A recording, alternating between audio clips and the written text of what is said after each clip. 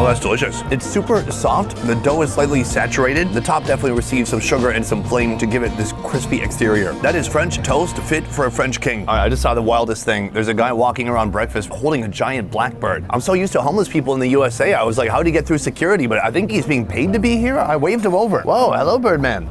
So you brought a bird to breakfast? Yes, it's a hawk. I use him for pest control to chase away pigeons. What? What does this bird do to the pigeons? It just kills them, huh? Yeah, once he catches one, he'll kill it. That's so badass. This breakfast just went up a whole new level. Well, good luck with all your pigeon killing. All right, thank you.